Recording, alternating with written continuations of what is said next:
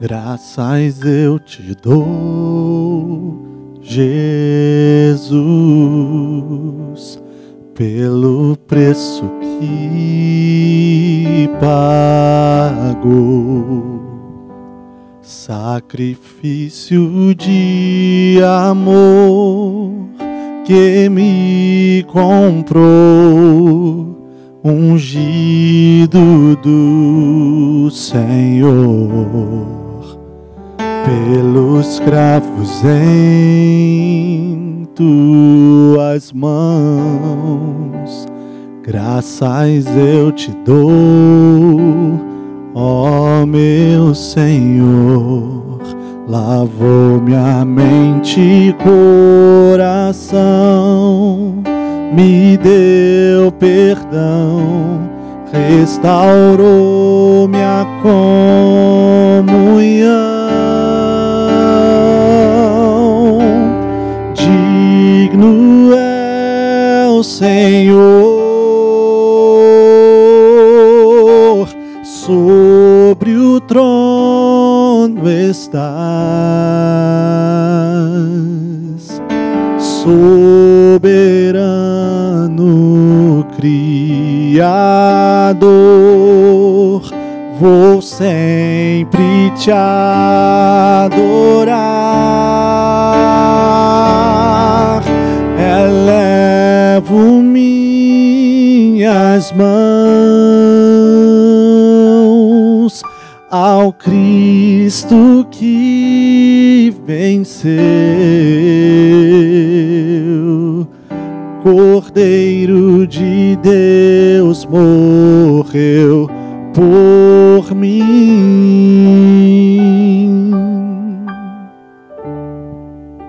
mas ressuscitou.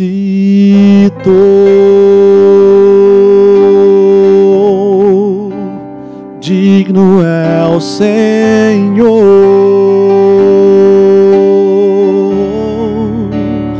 pelos cravos em tuas mãos, graças eu te dou, ó meu Senhor. Lavou minha mente e coração, me deu perdão, restaurou minha comunhão. Digno é o Senhor, sobre o trono estás, soberano Criador. Vou sempre te adorar, elevo minhas mãos ao Cristo que venceu. Cordeiro de Deus morreu por mim,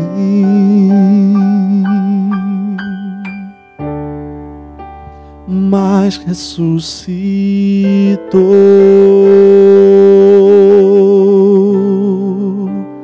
Digno é o Senhor,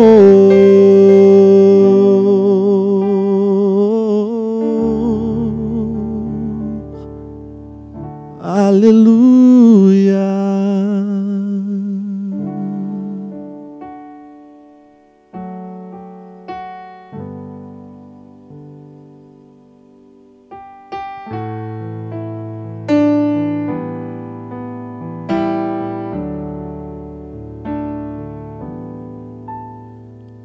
De cruz se erigiu, dela o dia fugiu, revelando vergonha e pavor. Mas eu amo a Jesus, que morreu nessa cruz, dando a vida por mim, pecador. Sim, eu amo a mensagem da cruz. Suas bênçãos eu vou proclamar. Levarei eu também minha cruz, até por uma coroa trocar.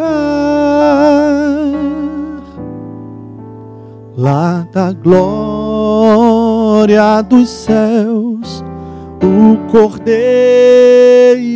de Deus ao Calvário humilhante baixou. E essa cruz tem pra mim atrativos sem fim, porque nela Ele me resgatou.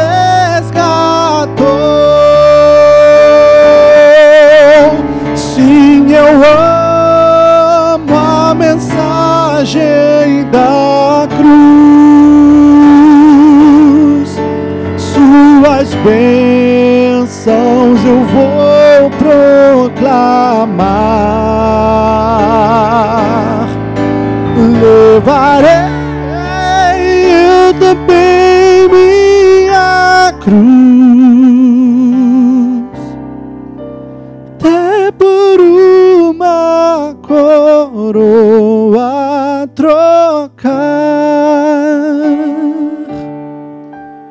Eu aqui com Jesus, a vergonha da cruz, quero sempre levar e sofrer.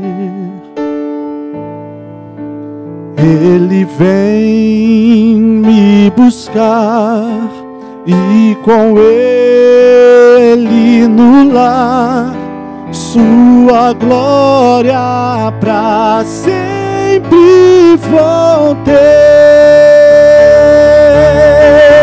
Sim, eu amo a mensagem da cruz. Suas bênçãos eu vou proclamar. Levarei eu também minha cruz, até por uma coroa trocar.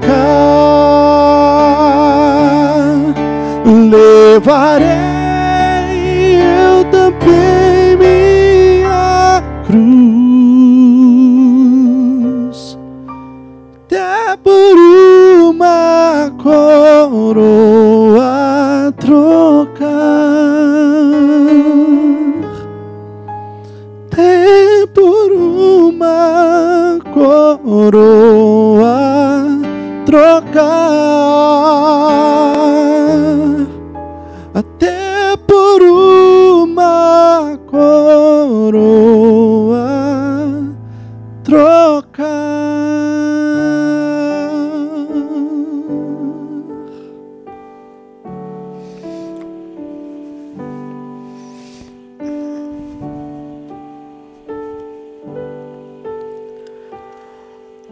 Bom dia, meus irmãos.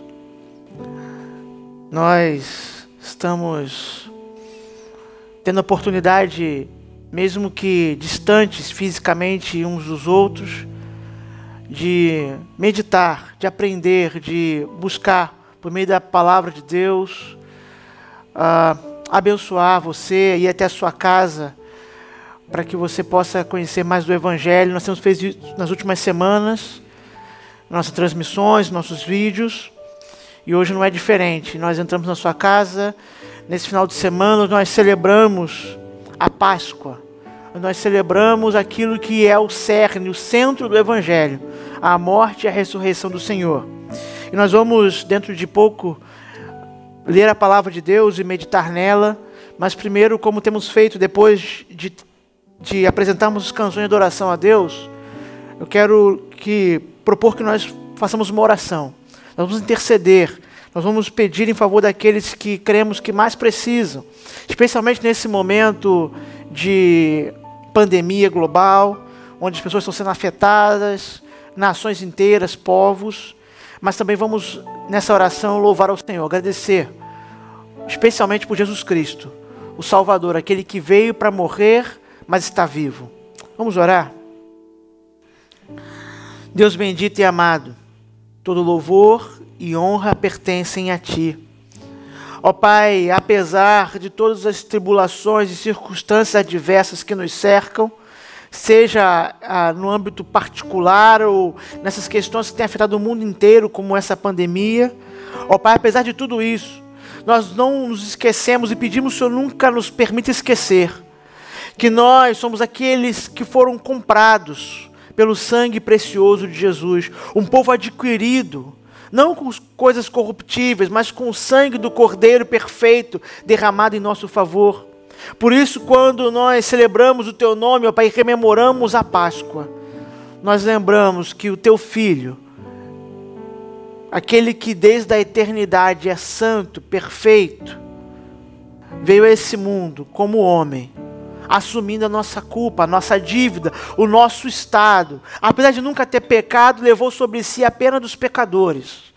Morreu entregando a sua vida para que nós, pecadores, fôssemos perdoados e reconciliados contigo, Senhor.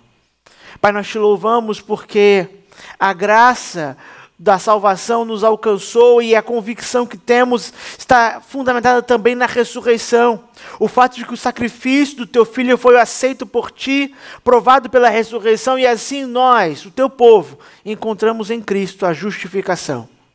Pai, por isso, nessa semana, nesse fim de semana onde nós celebramos a verdadeira Páscoa, que é Cristo crucificado e ressurreto, nós rendemos todo louvor e adoração ao Teu nome.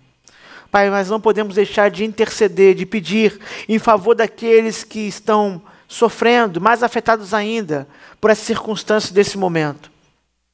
Senhor, nós pedimos em favor de cada enfermo, de cada pessoa que está acamada ou está convalescendo, seja em casa ou no leito de hospital, que o Senhor, com sua infinita misericórdia, venha, ó Pai, confortar, consolar, sustentar, inclusive a família. Ó Pai, restabelecendo a saúde de acordo com a Tua vontade. Senhor, nós pedimos em favor daqueles que têm servido na área da saúde, muitas vezes envolvido, além das suas forças, para tentar sanar, ajudar e conter o avanço, ó Pai, dessa doença e ajudar pessoas que de outra forma não teriam ajuda em termos humanos. Pai, abençoa cada médico, cada enfermeira, cada profissional de saúde. Recompense-os, ó Pai, renove as suas forças, dê sabedoria. Senhor, quanto àqueles que estão em posição de autoridade, quanto àqueles que têm a responsabilidade dada pelo próprio Senhor de dirigir a esfera pública, de conduzir a população, seja em esfera municipal, estadual ou nacional, que o Senhor possa dotar essas pessoas de sabedoria e discernimento para tomar decisões corretas, prudentes. Mas também, Senhor, que haja temor nos seus corações, temor do Teu nome, para que não busquem agradar a homens, mas fazer aquilo que é justo e correto. Ó Pai, mesmo que não conheçam o Senhor, que a Tua lei, ó, gravada no coração, pela Tua graça manifesta a todos os homens, possa conduzir, ó Pai, essas pessoas que conduzem a nação, Senhor. Tem misericórdia, ó Pai. Tem misericórdia, Senhor, de todos nós, diante disso que tem nos afligido e nos afrontado, Senhor. Nós confiamos que nada escapa aos Teus propósitos. Por isso, Senhor, nos submetemos à Tua vontade, que é boa, perfeita e agradável. E é no nome de Jesus que apresentamos todas essas coisas. É no nome dele que nós oramos. Amém. Quero te convidar a abrir sua Bíblia, você que está nos assistindo. Nós transmitiremos essa mensagem no domingo de Páscoa, que é o domingo da ressurreição, mas nossos olhos, nessa reflexão na palavra de Deus, se voltarão aos eventos que aconteceram, na verdade, na sexta-feira. Nós vamos meditar em Lucas capítulo 23, versos 26 a 49, uma passagem um tanto quanto extensa, mas que apresenta os elementos da crucificação do Senhor, já que nós vamos nos voltar para eles agora. Então, Lucas 23, de 26 a 49. Nós vamos, olhando para essa passagem, observar aquilo que está inclusive proposto no título, como o ministério de Jesus se cumpre ou se completa em sua morte. Lucas 23 diz assim a partir do verso 26. E como o conduzisse, constrangendo um sirineu chamado Simão, que vinha do campo, puseram-lhe a cruz sobre os ombros para que a levasse após Jesus. Seguiam numerosa multidão do povo e também mulheres que batiam no peito e lamentavam. Porém, Jesus, voltando-se para elas, disse: Filhas de Jerusalém, não choreis por mim, chorai antes por vós mesmas e por vossos filhos. Porque dias virão em que se dirá: bem-aventuradas estéreis, que não geraram nem amamentaram. Nesses dias dirão aos montes: caí sobre nós, e aos outeiros: cobri-nos. Verso 31. Porque se em lenho verde fazem isso, que será no lenho seco? E também eram levados outros dois que eram malfeitores para serem executados com ele. Quando chegaram a um lugar chamado Calvário, ali o crucificaram, bem como aos malfeitores, um à direita, outro à esquerda. Contudo, Jesus dizia: Pai, perdoa-lhes, porque não sabem o que fazem. Então, repartindo as vestes dele, lançaram sortes. O povo estava ali e a tudo observava. Também as autoridades zombavam e diziam: salvou os outros, a si mesmo se salve, se é de fato o Cristo de Deus, o escolhido. Igualmente, soldados escarneciam e, aproximando-se, trouxeram-lhe vinagre, dizendo: se tu és o rei dos judeus, salva-te a ti mesmo. Verso 38. Também sobre ele estava esta epígrafe, em letras gregas, romanas e hebraicas: este é o rei dos judeus. Um dos malfeitores, crucificados, blasfemava contra ele, dizendo: não és tu o Cristo? Salva-te a ti mesmo e a nós também. Respondendo-lhe, porém, o outro repreendeu-o, dizendo: nem ao menos temes a Deus estando sob igual sentença? Nós, na verdade, com justiça, porque recebemos o castigo que os nossos atos merecem, mas este nenhum mal fez. E acrescentou: Jesus, lembra-te de mim quando vieres no teu reino. Verso 43. Jesus lhe respondeu: em verdade te digo, que hoje estarás comigo no paraíso. Já era quase a hora sexta, escurecendo-se o sol, houve trevas sobre toda a terra até a hora nona. Rasgou-se pelo meio o véu do santuário. Então Jesus clamou em alta voz: Pai, nas tuas mãos entrego o meu espírito. E dito isto, expirou. Vendo o centurião o que tinha acontecido, deu glória a Deus, dizendo: verdadeiramente, este homem era justo. E todas as multidões reunidas para este espetáculo, vendo o que havia acontecido, retiraram-se a lamentar, batendo nos peitos. Entretanto, todos os conhecidos de Jesus e as mulheres que o tinham seguido desde a Galiléia permaneceram a contemplar de longe estas coisas. Vamos orar mais uma vez, pedindo que a palavra encontre lugar no nosso coração. Senhor bendito, apesar das limitações, tanto de quem prega quanto de quem ouve, nós pedimos que o teu Espírito nos ilumine, para que a tua palavra não só seja conhecida e percebida por nossos ouvidos, mas que ela penetre fundo para cumprir o seu propósito, salvando, gerando vida, ó Pai, a partir do Evangelho. Tudo isso nós pedimos e desde já agradecemos. No nome precioso e bendito de Jesus Cristo. Amém. O Evangelho de Lucas, que nós temos acompanhado já algumas semanas em nossa igreja, ele é uma narrativa detalhada, que foi apresentada, que é apresentada por um médico que se converteu ao cristianismo. Esse homem, Lucas, serviu a igreja, inclusive ele foi companheiro do apóstolo Paulo em viagens missionárias. E na sua narrativa, no seu esforço de narrativa inspirado pelo Espírito Santo, Lucas se ocupou em apresentar os ensinos e as ações de Jesus. Tudo isso ele apresenta na forma rica de detalhes que vemos nos Evangelhos e no livro de Atos.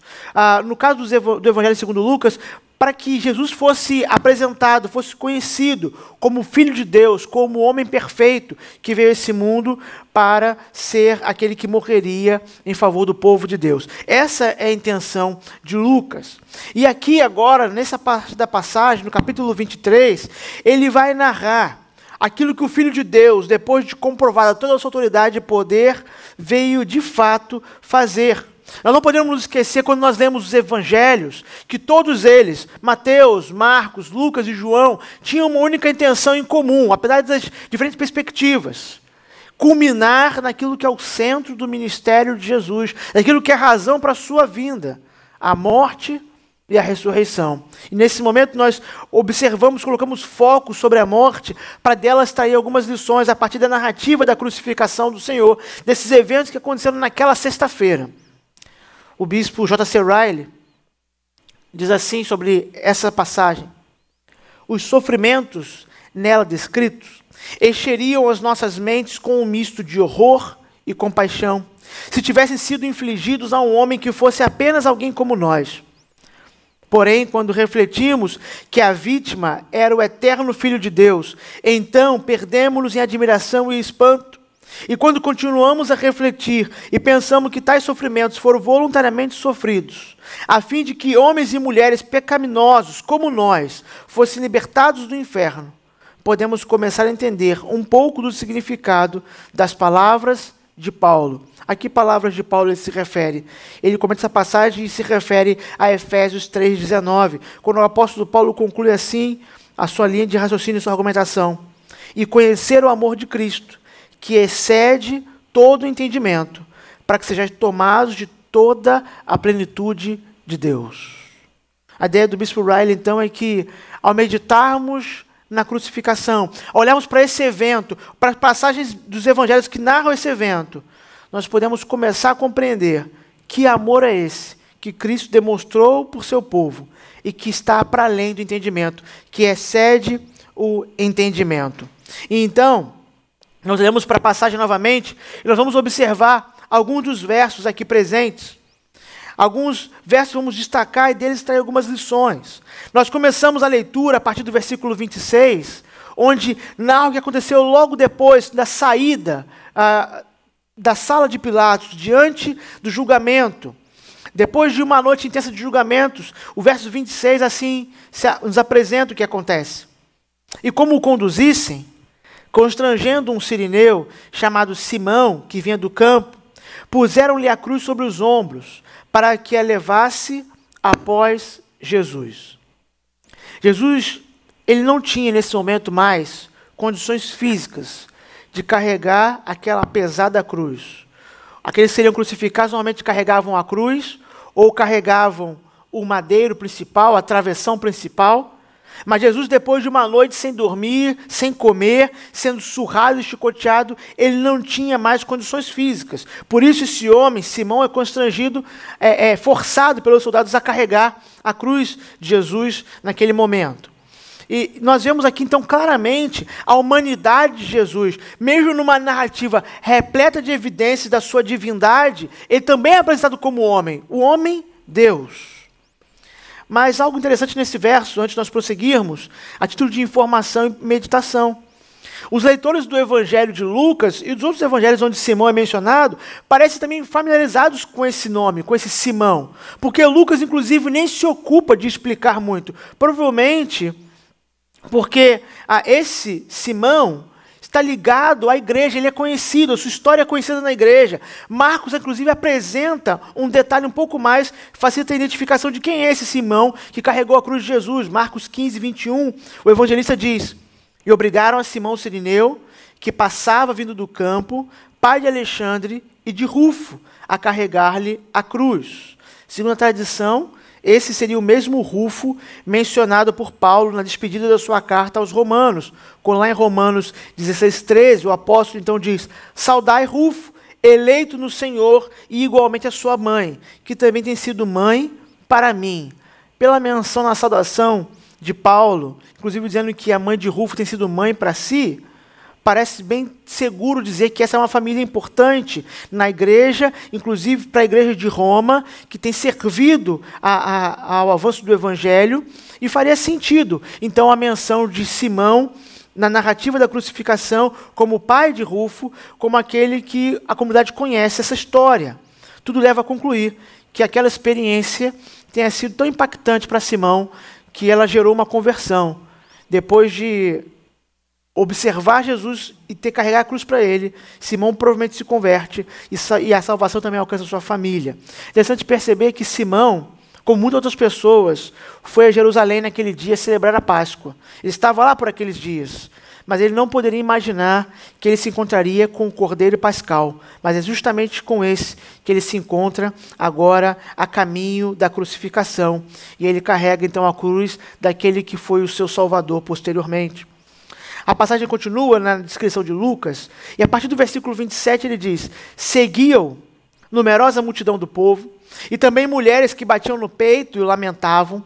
Porém Jesus, voltando-se para elas, disse: filha de Jerusalém, não choreis por mim, chorai antes por vós mesmos e por vossos filhos, porque dias virão em que se dirá: bem-aventuradas estéreis, que não geraram, nem amamentaram. Nesses dias dirão aos montes: caí sobre nós, e aos outeiros: cobri-nos, porque se em lenho verde fazem isto, que será no lenho seco? Até o verso 31.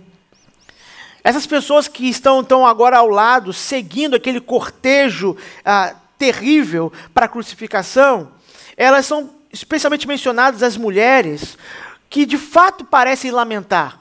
Não há nenhuma indicação de que o lamento delas, o sofrimento delas fosse falso. Não, eu creio que é verdadeiro. Elas lamentam o destino que o julgamento de Jesus tomou. Qual foi a conclusão do julgamento? Porque apesar das autoridades judaicas terem grande ódio por Jesus e terem fomentado as autoridades romanas para que ele fosse crucificado, a maior parte do povo, especialmente em Jerusalém, o admirava. Ele já tinha estado lá outras vezes, e naquela última semana ele havia ensinado no templo, ele havia feito grandes realizações em Betânia, que era próximo a Jerusalém. Então, é bem possível que, de fato, as pessoas admirassem Jesus e lamentavam, então, o seu destino. Elas sentem pena do estado dele, literalmente. É isso que, de fato, está acontecendo. Mas Jesus, quando olha aquela cena, observa essas pessoas, ele deixa claro que o estado a ser lamentado não é o dele, mas o delas e de seus descendentes. É impressionante isso. Aquele que caminha para ser condenado para a morte está mais seguro sobre o seu futuro do que aqueles que apenas assistem. Ele sabe exatamente para onde vai, o que vai acontecer, mas ele diz para elas: olha, não os lamentem por isso. Vocês não sabem ou não entendem, não estão percebendo que há algo terrível acontecendo, e não é o meu caminho para a morte, é o que está no caminho de vocês. Para onde vocês estão seguindo é muito mais terrível. O que nós vemos aqui nos versos 29 a 31 é Jesus dando um motivo pelo qual as filhas de Jerusalém deveriam lamentar por si e pelos seus compatriotas judeus. Inclusive, nós temos aqui nas palavras de Jesus a citação do profeta Oséias. E mais à frente na história da igreja e no Novo Testamento, João, inspirado por essas palavras de Jesus, vai descrever no livro de Apocalipse a sua visão dos últimos dias, usando também essas palavras de Jesus e essa citação por meio de Jesus de Oséias. O que diz Oséias? O que Jesus está citando para nós entendermos o que ele quer dizer para essas pessoas que lamentam e essas mulheres que choram por ele? Oséias 10:8 diz assim: e os altos de Aven, pecado de Israel, serão destruídos. Espinheiros e abrolhos crescerão sobre os seus altares, e aos montes se dirá: cobri-nos, e aos outeiros: caí sobre nós. As palavras de Oséias eram palavras aqui de juízo.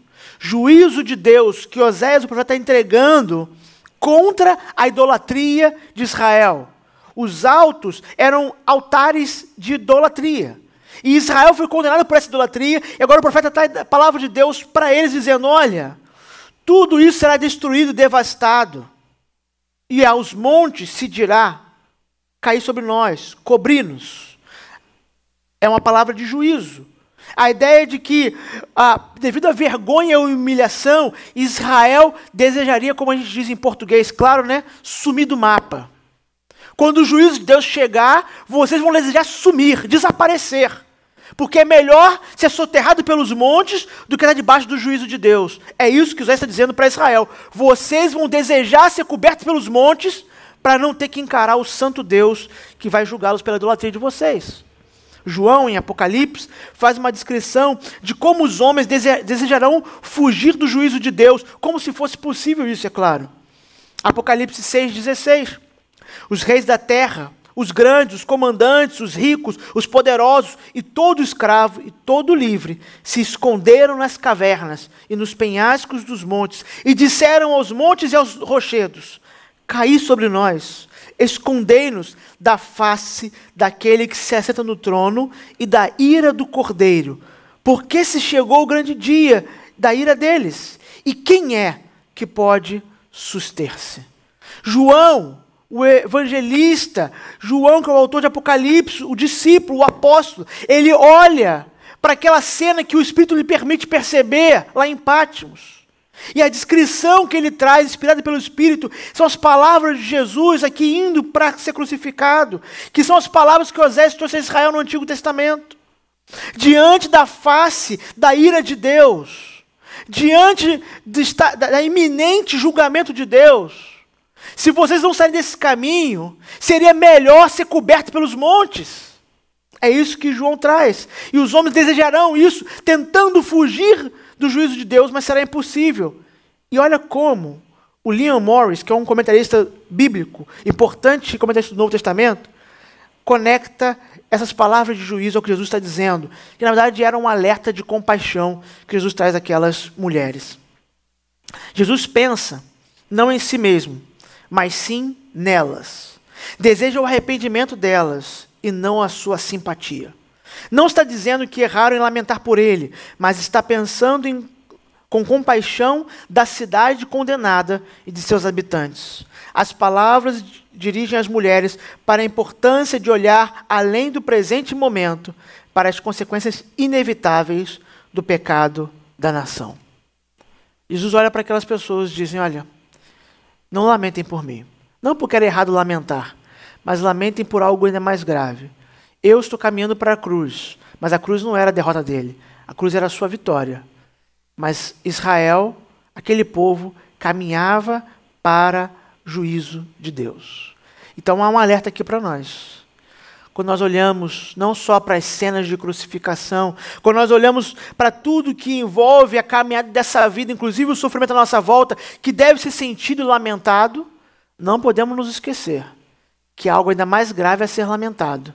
Há algo que deve ocupar ainda mais a nossa preocupação, para que produza arrependimento.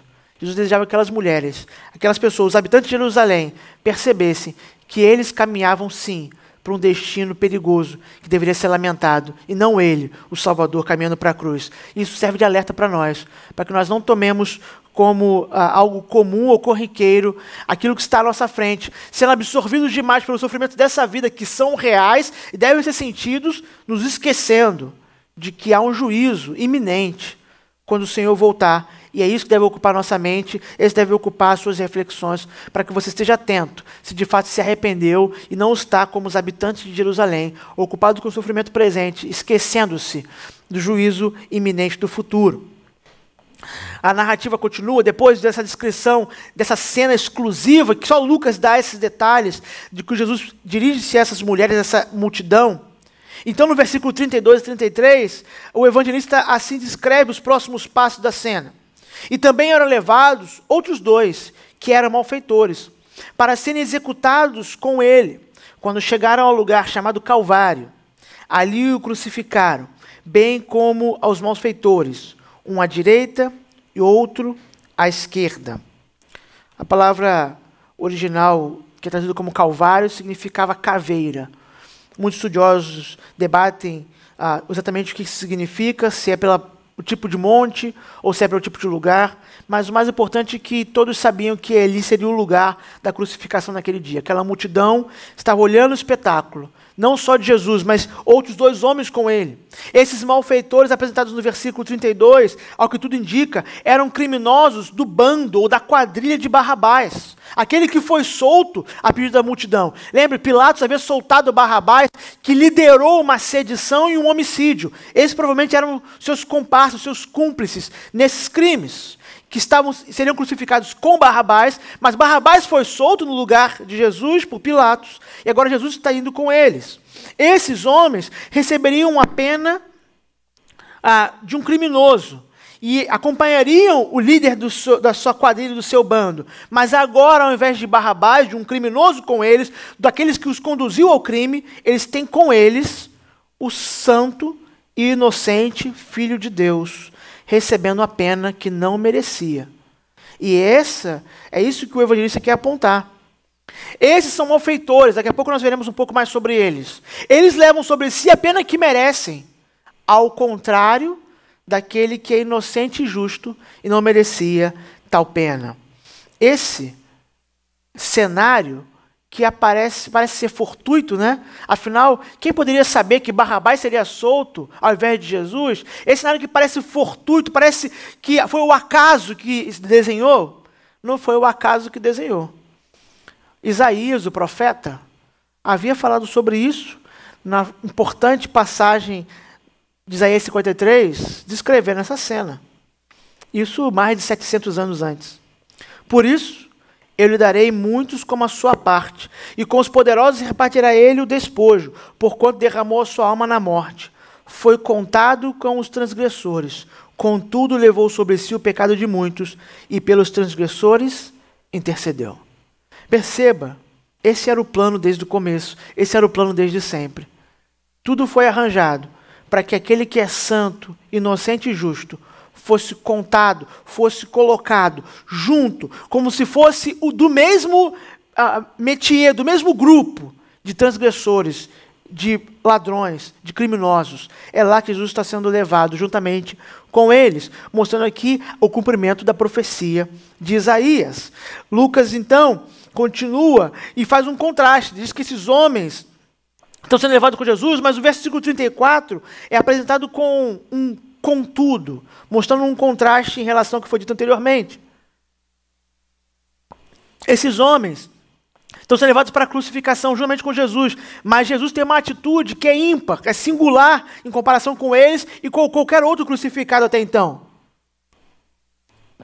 Então o verso 34 nos apresenta assim essa atitude singular. Contudo, Jesus dizia: Pai, perdoa-lhes, porque não sabem o que fazem. Então, repartindo as vestes dele, lançaram sortes. Jesus, mesmo estando em sofrimento físico pela crucificação, que viria sobre ele, pelas surras que levou na noite anterior, mesmo Jesus estando debaixo de intensa angústia, sofrimento na sua alma, no seu espírito, porque ele estava debaixo da ira de Deus, a ira que veio sobre o pecado agora está sendo direcionada para ele. Mesmo assim, Jesus encontra espaço para demonstrar a sua compaixão por pecadores. E por isso, ele intercede para que haja perdão. Foi exatamente isso que Isaías havia descrito, que ele seria contado entre os transgressores, mas que ele intercederia pelos transgressores, não falando somente que ele estaria intercedendo por aqueles que seriam crucificados ao seu lado, mas intercedendo por todos nós que somos os transgressores, que somos aqueles que violam a lei de Deus.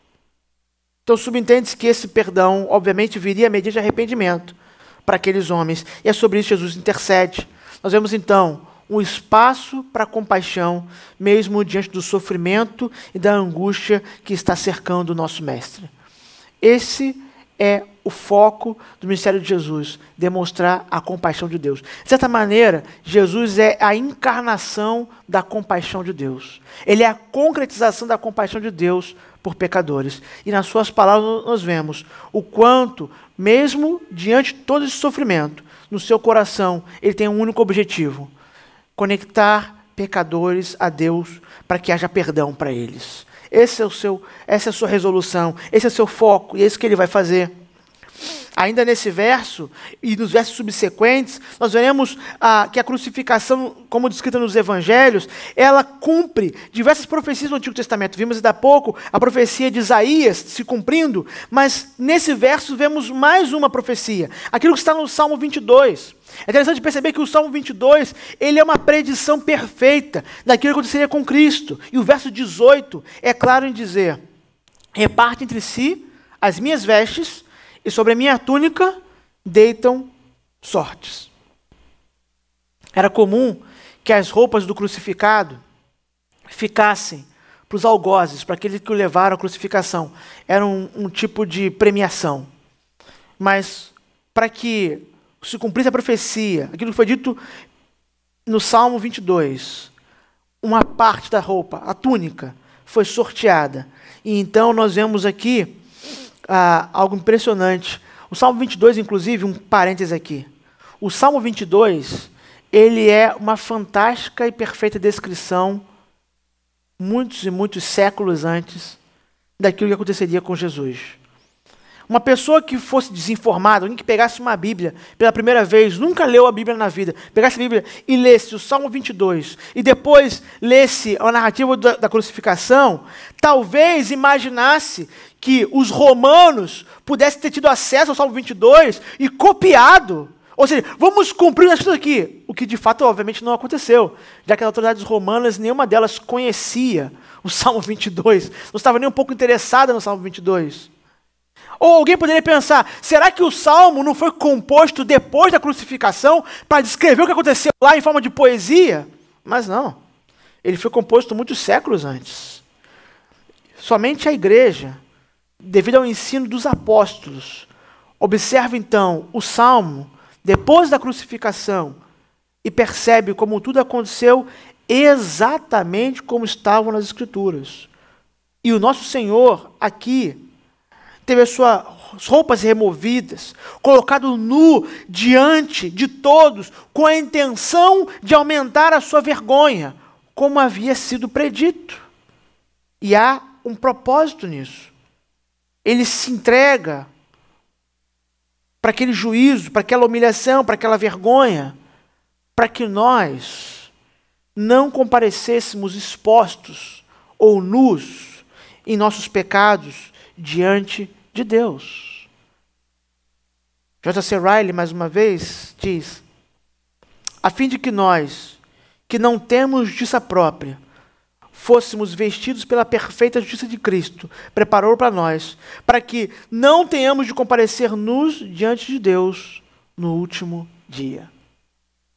O Salvador é despido para que fosse envergonhado diante da multidão, para que nós, que merecíamos vergonha, pudéssemos ser cobertos pela sua justiça. Os nossos pecados são um verdadeiro motivo de vergonha e medo.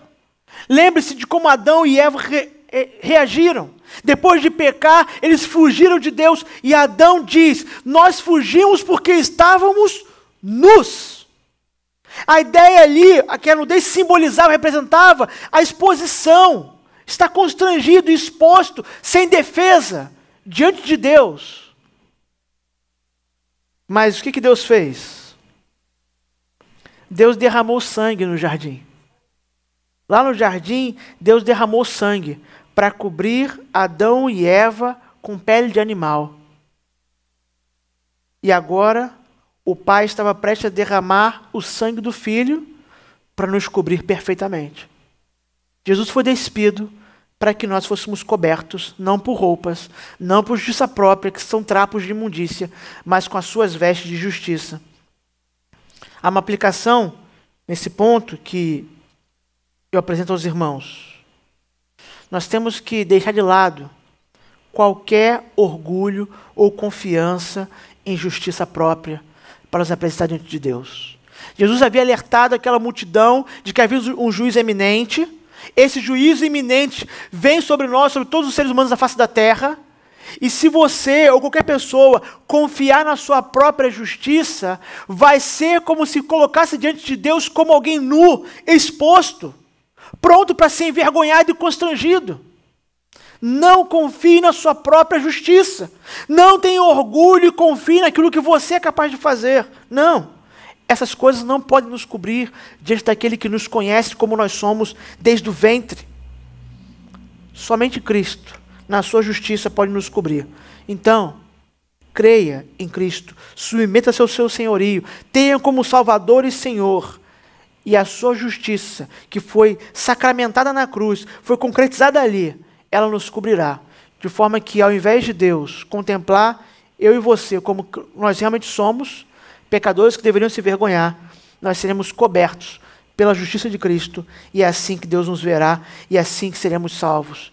Esse é o sentido, um dos mais claros, dentre tantos, de estar em Cristo. Estar em Cristo é estar na sua justiça e ser coberto por ela, e ser vestido por ela, para não ter do que se envergonhar diante de Deus santo e poderoso. Não confie na justiça própria, não confie em atos de bondade. Eles não deveriam ser nos colocar nenhuma confiança sobre salvação, porque eles não salvam. Mas a justiça de Cristo, essa sim é a garantia de que somos salvos e teremos diante de Deus o perdão e a reconciliação definitiva. A cena se desenrola até aqui, e Lucas então apresentou Jesus caminhando, observando, dizendo, falando, fazendo, mas agora Lucas vai passar a apresentar a multidão, o cenário feito com Jesus, onde ele é colocado, quando ele chega finalmente ao lugar da crucificação. Então nós temos os versos 35 a 38, que dizem assim: o povo estava ali e a tudo observava. Também as autoridades zombavam e diziam: salvou os outros, a si mesmo se salva, se é de fato o Cristo de Deus, o escolhido. Igualmente os soldados escarneciam e, aproximando-se, trouxeram-lhe vinagre, dizendo: se tu és o rei dos judeus, salva-te a ti mesmo. Também sobre ele estava esta epígrafe, em letras gregas, romanas e hebraicas: este é o rei dos judeus. Novamente, nós temos aqui o Salmo 22 se cumprindo de forma impressionante, aquilo que foi declarado séculos antes. A descrição do Salmo 22 sobre o povo, sobre como seria a reação, o tratamento do povo com o Salvador. Salmo 22, verso 7. Todos os que me veem zombam de mim, afrouxam os lábios e maneiam a cabeça. Mas há outros salmos claramente fazendo referência ao Messias e que mostram como seria tratado e morto o Salvador. Por exemplo, o Salmo 109, verso 25. Tornei-me para eles objeto de opróbrio. Quando me veem, maneiam a cabeça. Os soldados romanos, a eles não bastava, não satisfaziam em cumprir a crucificação, em crucificar outras pessoas. O Império Romano crucificou centenas de pessoas, mas os soldados não satisfaziam com isso.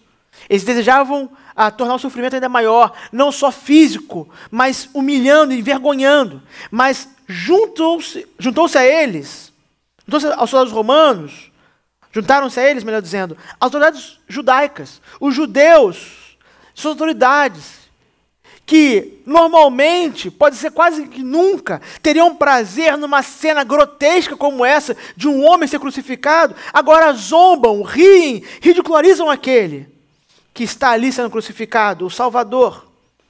Inclusive, chamando a descer. E aqui há um ponto de uma certa ironia na cena. Porque salvar-se a si mesmo, que é a proposta das autoridades romanas, seria não salvar o seu povo. Aqueles que desafiam a sua capacidade para se salvar, ironicamente, só podem ser salvos porque ele permaneceu na cruz. Eles chamam para descer da cruz e salvar-se e provar que é um Salvador, que é poderoso Filho de Deus, aquele que para fazer tudo isso permanece na cruz. Crer, entre aspas, num Salvador que descesse da cruz não teria proveito nenhum.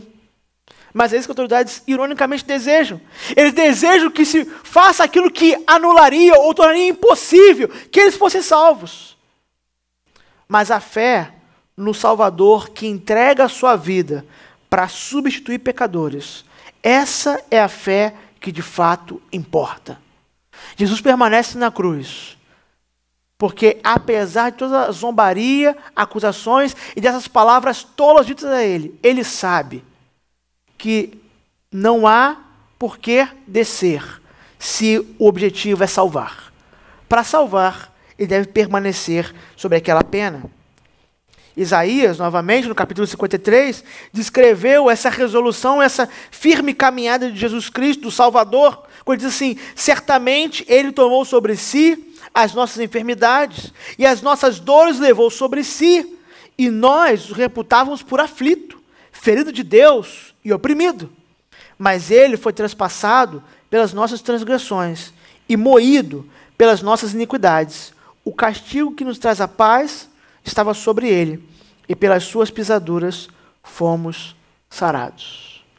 A paz com Deus vem mediante um castigo, o castigo sobre o Filho de Deus. Por isso o Salvador só é Salvador porque permanece na cruz. Lucas, em muitos momentos, apresenta a realeza de Jesus Cristo. Isso acontece em todo o Evangelho. Só que agora, a atitude dos soldados, a placa de acusação que Pilatos coloca sobre a cruz, elas agora apontam para essa realeza. Aquele que é zombado como rei é o rei.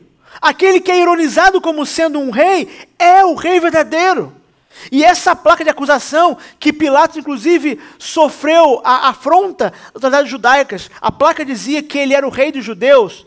E as autoridades, segundo a narrativa dos evangelhos, disseram: não faça isso, mude a placa para que alguém que disse ser o rei dos judeus. E Pilatos, a única coisa que Pilatos fez de forma firme foi manter a placa. Porque Pilatos, ele é o exemplo da covardia, né?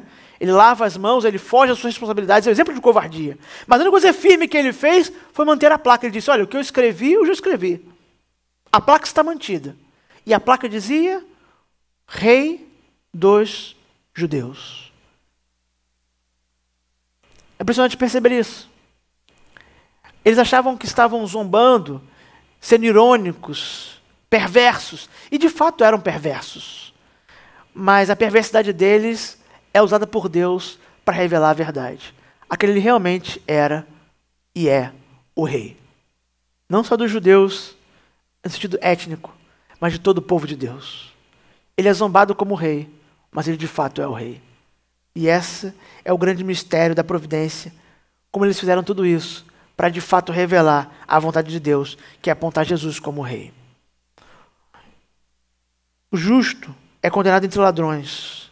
Ele é motivo de zombaria, ele é ameaçado, ele é colocado em dúvida quem ele é de fato, o que ele pode fazer. E o que isso quer dizer para nós? Nós somos os merecedores de zombaria. Nós somos os merecedores de condenação.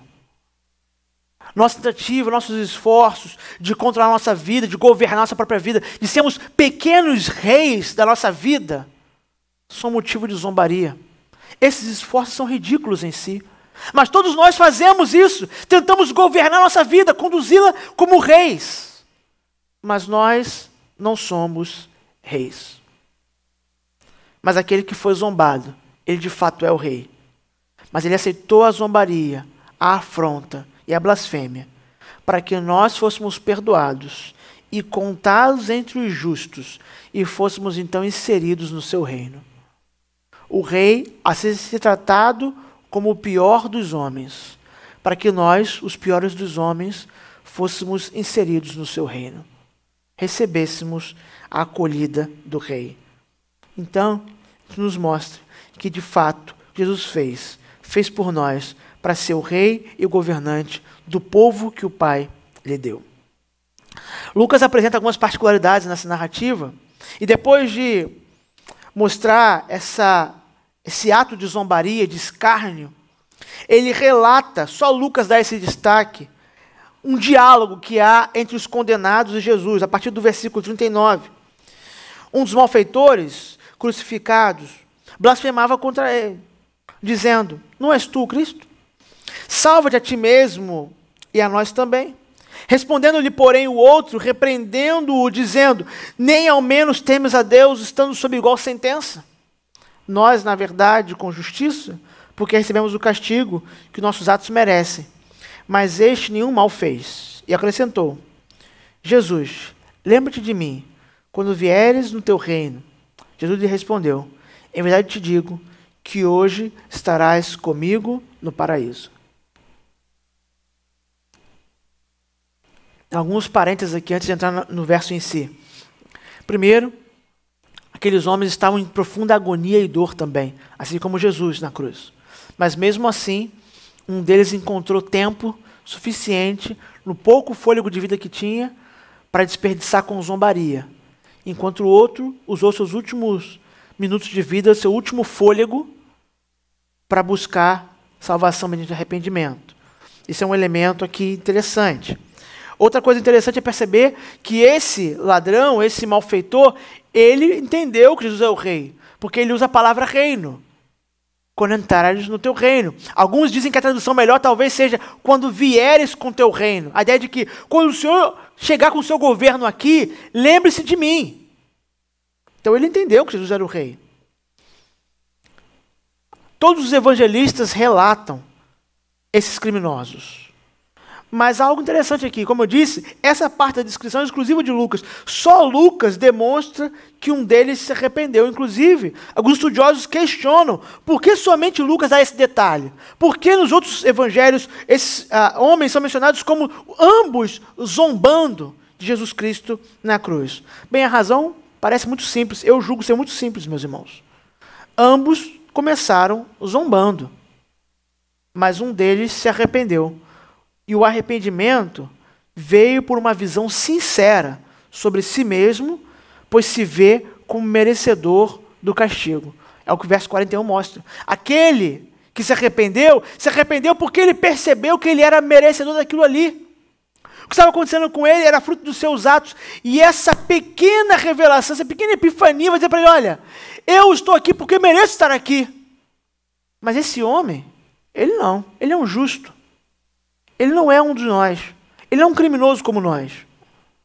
E mesmo sem entender, presta atenção nisso, mesmo sem entender plenamente a extensão do que ele está pedindo a Jesus, ele não entende plenamente. Ele não teve um curso de teologia, ele não ouviu pregação, ele entendeu em parte. Mas mesmo sem entender plenamente, o arrependimento e a fé são suficientes. E por isso ele recebe mais do que pediu, e muito mais do que merecia, obviamente. Ele merece muito mais do que merecia e mais do que pediu, porque o arrependimento e a fé são sinceros. Então nós temos a graça de Deus demonstrada ao arrependido, mostrando aquilo que é o cerne da mensagem cristã, desculpe. Crer, se arrepender e crer. Arrependimento e fé. Aquele homem se arrepende, ele reconhece que é um pecador, que é um criminoso, que é um homem perverso. E crê que Jesus, que é justo, pode fazer algo por ele. Esse é o cerne simples, mais simples possível da mensagem cristã. Você deve se arrepender dos seus pecados. E você deve crer em Jesus. Os apóstolos, conforme o livro de Atos, também escrito por Lucas, se ocupam com essa mensagem. Chamar os homens ao arrependimento e à fé. E é isso que a igreja faz hoje. Chamar você ao arrependimento, abandonar os seus pecados, abandonar a injustiça e fé.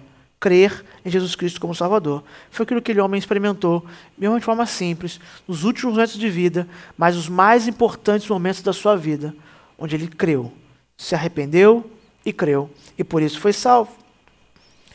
O verso 44 ainda narra essa cena, essa descrição de Lucas. Ele descreve a zombaria, as afrontas, as ameaças. Ele descreve o escárnio e o arrependimento de cada um daqueles criminosos. E descreve o que acontece no ambiente, uma esfera maior, mais ampla. O verso 44 diz: já era quase hora sexta. Escurecendo-se o sol, houve trevas sobre toda a terra até a hora nona. A descrição de horário era diferente entre os judeus e hora sexta é o meio-dia. Então a ideia da descrição é que a hora sexta era o meio-dia. E durante 3 horas, essa é a descrição de Lucas, um fenômeno fora de explicação natural aconteceu. Ao longo da história da igreja, alguns tentaram associar esse fenômeno a um eclipse. Um eclipse com lua cheia é impossível e é lua cheia. Por que nós sabemos que é lua cheia? Porque a Páscoa é celebrada de acordo com a lua cheia. Eles celebraram na lua cheia. Então não é um eclipse. É um fenômeno não natural. Não há uma explicação. Houve trevas. Tudo ficou escuro. Ao meio-dia, quando deveria ser mais claro, ficou escuro. O que essa descrição dos evangelhos e de Lucas especificamente mostra é Deus Pai apontando para a seriedade e o peso do que está acontecendo no Calvário. Nós precisamos lembrar que no Egito, antes do juízo de Deus na última praga, qual foi a última praga? A morte dos primogênitos. Antes da morte dos primogênitos no Egito, a praga que antecedeu a última foi a escuridão total. Escuridão total. No Egito, antes de cobrir o povo com o sangue do cordeiro, com o sangue de cordeiros, para que eles não recebessem o juízo, mas o juízo passasse por cima, que é o que significa a Páscoa, antes de os hebreus serem cobertos por esse sangue e livres do juízo, a nona praga foi escuridão profunda, que era o alerta do juízo de Deus chegando. Warren Wiersbe concorda com essa perspectiva e ele chega a dizer mais. Ele diz claramente que os judeus entenderam assim também. Os judeus, sem dúvida, lembraram-se da primeira Páscoa. Lembre, a escuridão aconteceu no Egito na Páscoa, na instituição da Páscoa, antes dela, os dias que antecederam. Os judeus, sem dúvida, lembraram-se da primeira Páscoa. A nona praga no Egito foi uma escuridão total, que durou 3 dias. Seguida de a última praga, a morte dos primogênitos. A escuridão no Calvário anunciou que o Filho primogênito e amado, o Cordeiro de Deus, entregava a sua vida pelos pecadores do mundo. Também anunciou que o julgamento estava a caminho e que o povo deveria preparar-se. As pragas do Egito, elas são uma micro-representação, uma pequena representação do juízo de Deus sobre o pecado e de como Deus livra o seu povo. Você olha para o livro de Êxodo, você percebe isso claramente. As conexões com a mensagem do Evangelho são muitas, praticamente ilimitadas aos nossos olhos. O que nós temos aqui é agora uma concretização, uma ampliação, tornando mais clara essa mensagem. Esse momento de trevas mostra o juízo de Deus sendo derramado agora sobre o seu primogênito, para que todos aqueles que são cobertos pelo sangue, não de cordeiros, mas do Cordeiro perfeito, sejam salvos. Se antes, na primeira Páscoa, houve trevas e o povo foi livrado do juízo pelo sangue no umbral das portas e das janelas, agora há trevas. E o seu povo será livrado pelo sangue do seu Filho. Quem morre agora não é o primogênito dos homens. Quem morre agora é o primogênito de Deus, para que os homens sejam salvos. 2 Coríntios 5, 21 diz: aquele que não conheceu o pecado, ele o fez pecado por nós, para que nele fôssemos feitos justiça de Deus. O primogênito de Deus foi morto, seu sangue foi derramado, para que nós fôssemos perdoados. Há uma outra lição na crucificação, onde nós prosseguimos e poder logo concluir. A cruz, ela demonstra, meus irmãos, a gravidade do pecado. Por isso é importante nós lembrarmos dos alertas e do juízo de Deus iminente. A cruz mostra a gravidade do pecado. Se o pecado não fosse grave, não fosse terrível, Deus, o Pai, não teria enviado o seu Filho para entregar-se e para anular, para assustar a punição do pecado. O pecado é grave, ele é terrível. Tão terrível que o Salvador tem que derramar a vida para derrotá-lo, para derrotar os seus efeitos, especialmente a morte. Então, há trevas, há escuridão ao meio-dia, para nos alertar que o Filho de Deus estava sendo imolado e morto, para que nós fôssemos feitos filhos de Deus. Lucas não só diz que houve sol ao meio-dia, mas ele diz no versículo 45 que o véu do santuário se rasgou Em outros evangelhos, chega a se dizer que se rasgou de cima para baixo, mostrando que não foi um homem indo até a base e rasgando o véu, mas que ele rasgou. Esse véu que é mencionado aqui em Lucas 23:45, é um véu que foi instituído pela lei. Você pode ler isso em Êxodo 26, 31 a 33. Esse véu, ele servia como um marco, a separação entre os homens pecadores e o Deus Santo. Ele era um véu que ocultava o Santo dos Santos do santuário, como se dizendo, olha, vocês são pecadores, venham só até aqui, vocês não podem ir até Deus. Era no Santo dos Santos onde era representada a presença de Deus dentro do povo. E durante todo o período marcado pelo serviço levítico, ou seja, o Antigo Testamento, ficou claro que os homens não podiam adentrar o Santo dos Santos, então o véu estava lá, como um sinal de separação entre Deus e os homens. Mas agora, o véu se rasga. Por quê? Porque Cristo cumpriu a lei. Cristo cumpriu a lei e removeu a maldição que vem pela desobediência da lei. Há uma maldição, há um resultado pela desobediência da lei. E é por isso que os homens não podem chegar diante do Deus Santo, porque eles seriam consumidos. Mas Cristo cumpre a lei, recebe essa maldição, para que nós não fôssemos mais amaldiçoados pela nossa desobediência. O apóstolo Paulo, escrevendo aos Gálatas, diz isso. Gálatas 3:13. Cristo nos resgatou da maldição da lei, fazendo-se Ele próprio maldição em nosso lugar, porque está escrito, maldito todo aquele que foi pendurado no madeiro. Também aos Romanos, ele diz, porque o fim da lei é Cristo, para a justiça de todo aquele que crê. É pelo seu sacrifício, é pela sua entrega que Jesus Cristo permite livre acesso a Deus. Você e eu só temos acesso a Deus como nosso Pai, porque Jesus Cristo cumpriu a lei, mas morreu como um amaldiçoado, e assim nós que não cumprimos a lei, somos abençoados com a sua dádiva e temos paz com Deus, somos reconciliados com Deus. O sacrifício de Jesus Cristo, ele pavimentou esse caminho de volta para Deus. O autor de Hebreus diz isso, Hebreus capítulo 10, verso 12 e 14. Jesus, porém, tendo oferecido para sempre um único sacrifício pelos pecados, assentou-se à destra de Deus, porque com uma única oferta aperfeiçoou para sempre quantos estão sendo santificados. Então, o véu rasgou, e agora, por Cristo, nós temos livre acesso a Deus. Você e eu, nós podemos falar com Deus, contar com as suas bênçãos, com as suas dádivas, em especial com a comunhão, com a união com Ele, porque Cristo abriu o caminho ao Santo dos Santos pela sua morte. Caminhando para o fim, no verso 46, há uma citação de um salmo. O verso diz assim, então Jesus clamou em alta voz, Pai, nas tuas mãos entrego o meu espírito.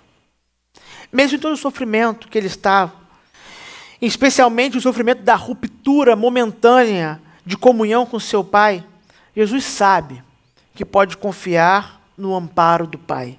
E por isso ele cita o que ele sente, ele expressa o que ele sente, citando o Salmo 31. Nas tuas mãos entrego o meu espírito, tu me remiste, Senhor, Deus da verdade.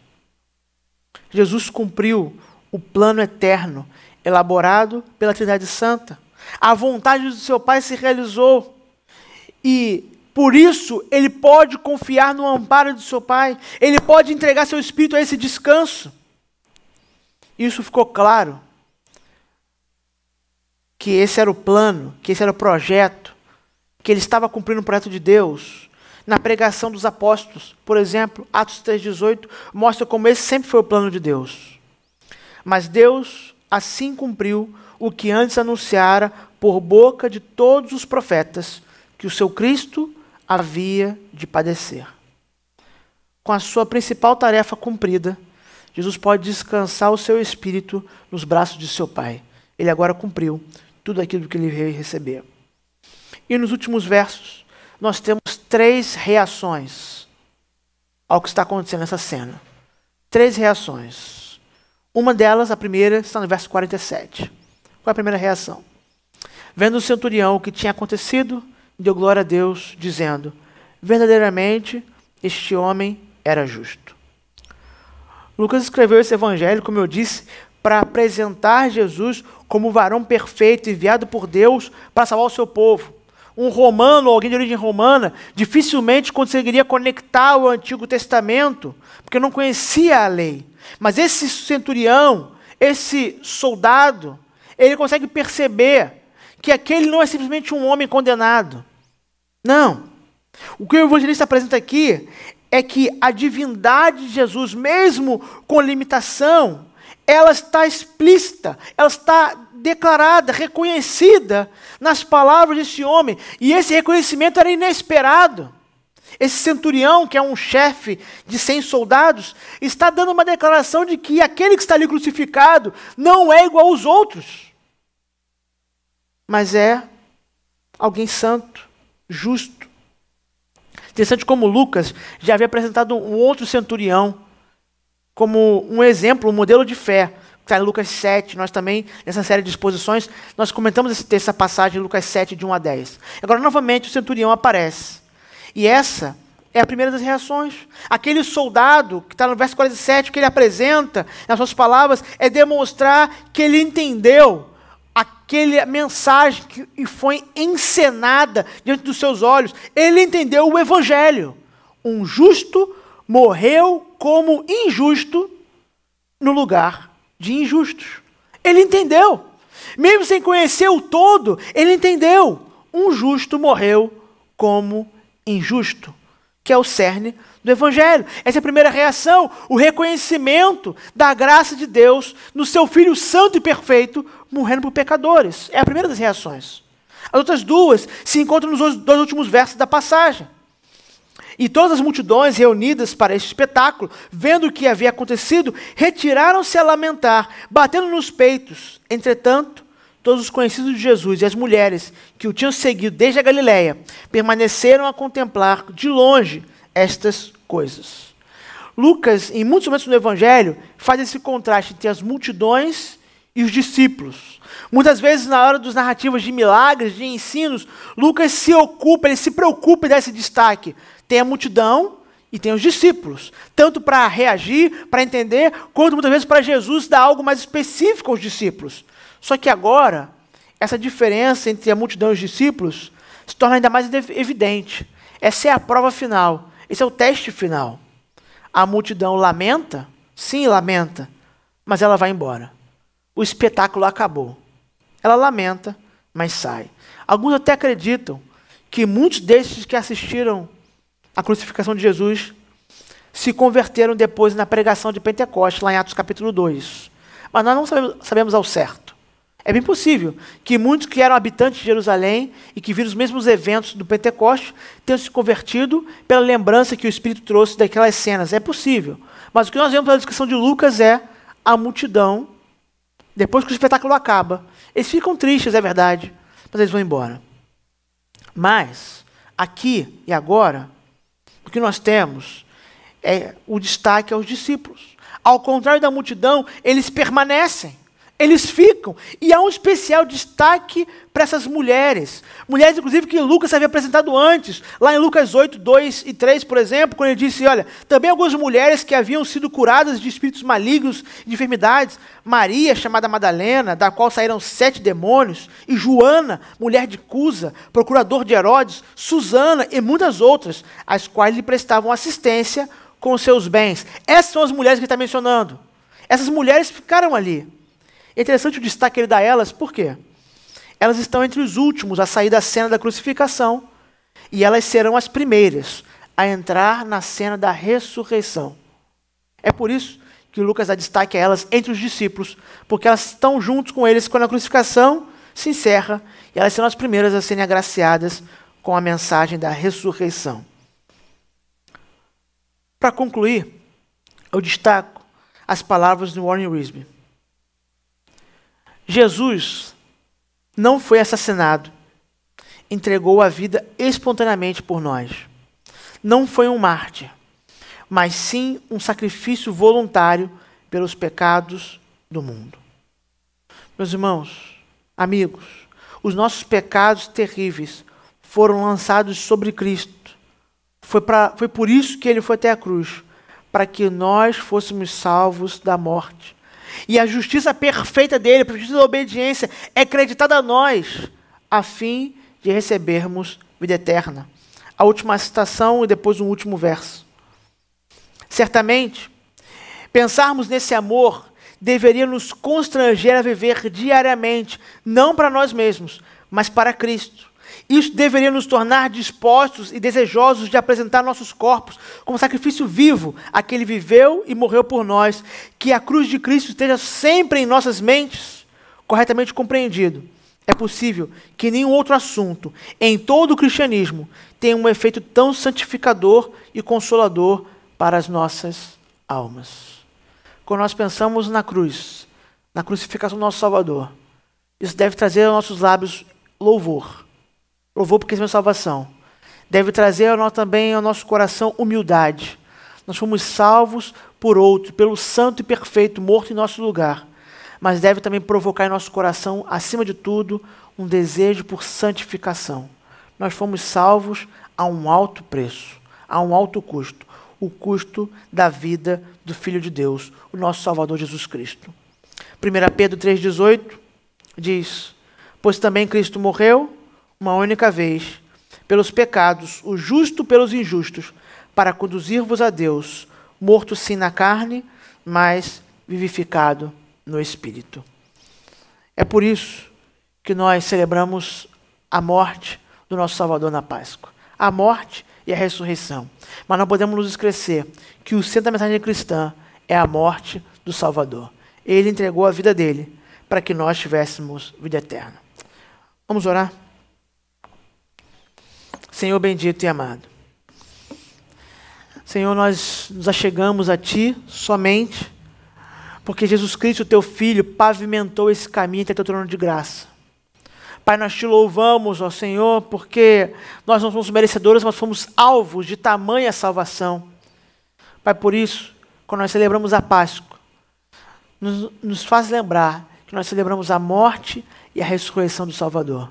Morte no nosso lugar, morte para nos substituir, e ressurreição para vencer a morte, o último dos inimigos. Ó Pai, mas que esse não seja só um pensamento na Páscoa. Que essa convicção e essa lembrança ocupem a nossa vida todo o tempo. Para que nossa caminhada seja pautada pela certeza de que fomos salvos pelo sacrifício do perfeito Cordeiro do Senhor. E é no nome dele que nós oramos. Amém. Que Deus abençoe você, te dê uma boa Páscoa, uma feliz Páscoa, lembrando da morte e da ressurreição do Senhor. E que no domingo possamos celebrar com alegria que aquele que morreu está vivo, reina e voltará para consumar o seu reino. Deus te abençoe.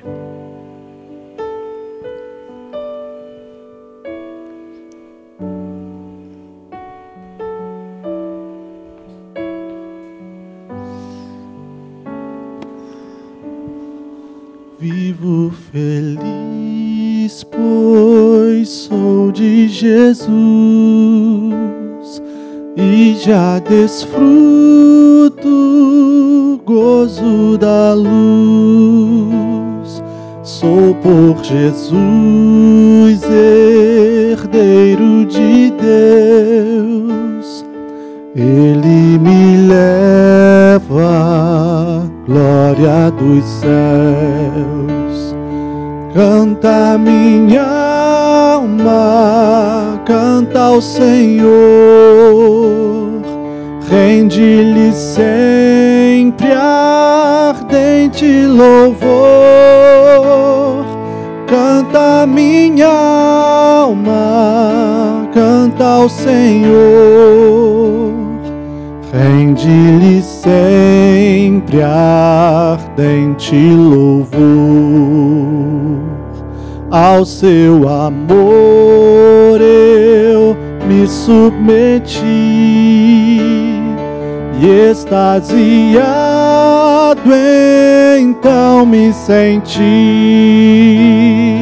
Anjos descendo, trazem dos céus ecos da excelsa graça de Deus. Canta minha alma, canta ao Senhor, rende-lhe sempre ardente louvor. Canta minha alma, canta ao Senhor, rende-lhe sempre ardente louvor. Sempre vivendo em seu grande amor, me regozijo em meu Salvador.